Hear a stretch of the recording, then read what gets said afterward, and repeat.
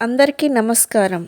ఈరోజు ఈ వీడియోలో మనము చిక్కుడుకాయ టమాటా కర్రీ ఎలా చేయాలో చూద్దాం రండి ఫ్రెండ్స్. ముందుగాల అరకిలో చిక్కుడుకాయలను సన్నగా చించుకోవాలండి. చించుకొని శుభ్రంగా కడుక్కొని పక్కకు పెట్టుకోవాలి.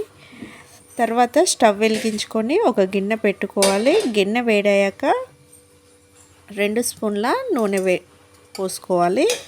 2 గంటలు నూనె పోసుకోవాలి. నూనె వేడయ్యాక పోపు దినుసులు జీలకర్ర, శనగపప్పు, మినపప్పు, పెసరపప్పు ఇవి వేసుకొని వీటిని 30 సెకండ్ల పాటు వేయించుకోవాలి. ఇవి చిటపటలాడినాక ఇందులో సన్నగా కట్ చేసి పెట్టుకున్న 2-3 పచ్చిమిరపకాయలు, అలాగే ఒక ఉల్లిగడ్డను చిన్న ముక్కలుగా కట్ చేసుకొని ఇందులో వేసుకొని కలుపుకోవాలి. ఇవి కొంచెం కలర్ చేంజ్ అయ్యాక ఇందులో అల్లం వెల్లుల్లి పేస్ట్ 1/2 టేబుల్ స్పూన్ వేసుకోవాలి.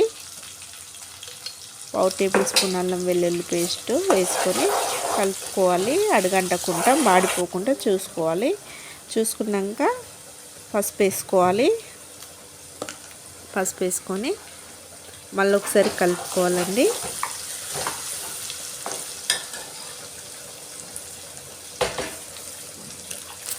ఇలా కలుపుకున్నాక మనకు అల్లం వెల్లుల్లి పేస్ట్ ఫ్లేవర్ అండ్ మంచి వాసన వచ్చినప్పుడు మనం కడిగి పక్కకు పెట్టుకున్న అరకిలో చిక్కుడుకాయలు, లేత చిక్కుడుకాయలు అయితే తీసుకున్నాను.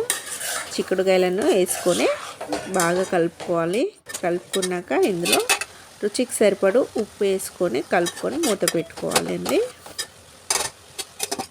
చూడండి, చిక్కుడుకాయ ఇలా బాగా ఉడికినాక ఇందులో 3 లేదా 4 టమాటాలు వేసుకొని కలుపుకొని మూత పెట్టుకోవాలి. టమాటాలు బాగా ఉడికినాక రుచికి సరిపడు కారపొడి వేసుకోవాలి. కారపొడి వేసుకొని 3 లేదా 4 నిమిషాల పాటు చిన్న మంట పైన ఉడికించుకోవాలి. ఇలా కారం మొత్తం ఉడికాక ఇందులో కొత్తిమీర వేసుకొని ఇంకా స్టవ్ ఆఫ్ చేసుకోవడమే ఫ్రెండ్స్. ఓకేనా? ఈ వీడియో కనుక మీకు నచ్చినట్లయితే లైక్ చేయండి, షేర్ చేయండి, కామెంట్ చేయండి. ప్లీజ్ సబ్స్క్రైబ్ చేయండి ఫ్రెండ్స్. ఓకేనా? Bye bye. ఇది అన్నంలోకి చపాతీలోకి చాలా బాగుంటుంది. ఓకేనా? Bye bye.